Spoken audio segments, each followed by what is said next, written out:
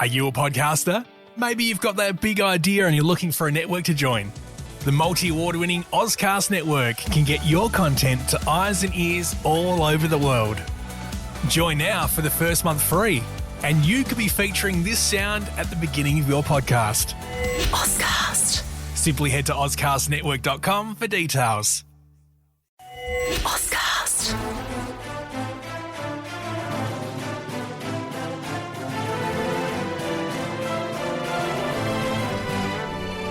Welcome to the Deep Dive. Today we're looking at a really interesting report. Yeah, it's from U.S. Customs and Border Protection, all about the southern border situation. Exactly.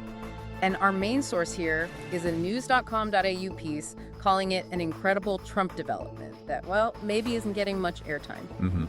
So our mission really is to unpack what this CBP report actually found. Right. What are these supposed record low numbers they're talking about? What's the reason given? And, why the claim it's going unnoticed. Let's get into it. Okay, so the headline grabber is this huge drop in illegal crossings in March. Huge is right. The CBP data, according to the article, shows fewer apprehensions in all of March. Than just the first 2 days of March 2024. Wow. Exactly. That's the comparison being made. And CBP even posted on X about these continued low numbers. Okay, let's put a finer point on record lows. The article gives a number. 7,181 apprehensions by Border Patrol for March. Yeah, and to give that context, compared to March 2024. That was 137,473 apprehensions. So doing the math, that's a 95% decrease. That's what the numbers show. A 95% drop year over year for March. It's pretty stark. And it wasn't just a one-off month, was it? No, that's another key point.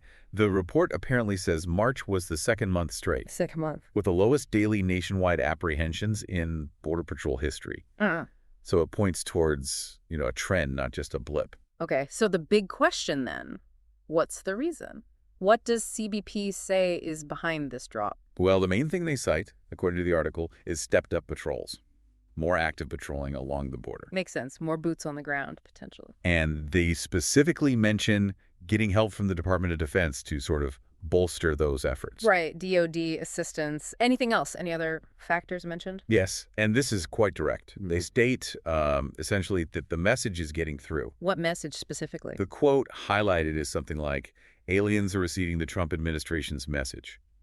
If you cross the border illegally, you will be deported. So a deterrent message coupled with enforcement. Exactly. They're framing it as a pivotal achievement. Yeah. They even suggest that operational control of the border is becoming a reality.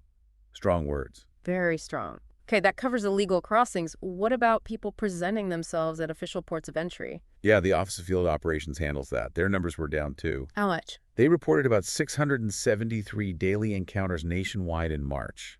Still encounters, obviously. But compared to before? Compared to March 2024's average of around 3,464 a day, that's an 81% drop, so significantly lower there as well. So fewer encounters across the board, more or less. But there was a twist with drug seizures, right? That went the other way. That's a really important counterpoint, yes. Despite fewer people crossing, drug seizures reportedly went up. Okay. Like what kind of drugs? Specifically, they seized 345 kilograms of fentanyl in March.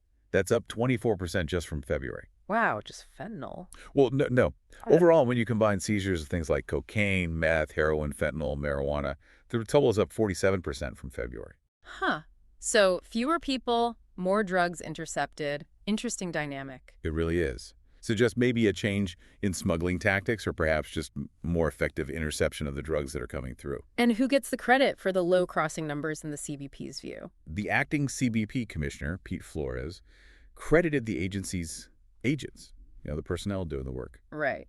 And the article also mentioned, was it Piers Morgan, about the media coverage? Yeah, it included a tweet from him, basically noting the relative lack of media fanfare compared to perhaps if another administration had seen these kinds of numbers, kind of posing a question about the narrative. Okay, so let's try and wrap this up. The core takeaway seems to be the CBP report showing a really dramatic fall in border apprehensions in March. Definitely. And CBP is pointing to increased patrols, DOD help, and their deportation message as the key drivers. But at the same time, a noticeable increase in seized illicit drugs, particularly fentanyl. Correct. Fewer crossings, more drug busts. So the thought we want to leave you, the listener, with is this. Given these, quite significant shifts, what does this mean for the bigger picture? Yeah, what are the wider implications for border policy debates, for national security discussions? And are there other things going on beyond just CBP actions that might be playing a role here? And how might this evolve? Will these numbers hold? Lots to think about as you follow this ongoing story.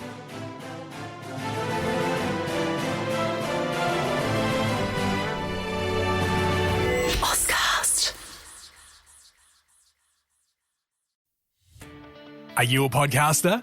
Maybe you've got that big idea and you're looking for a network to join.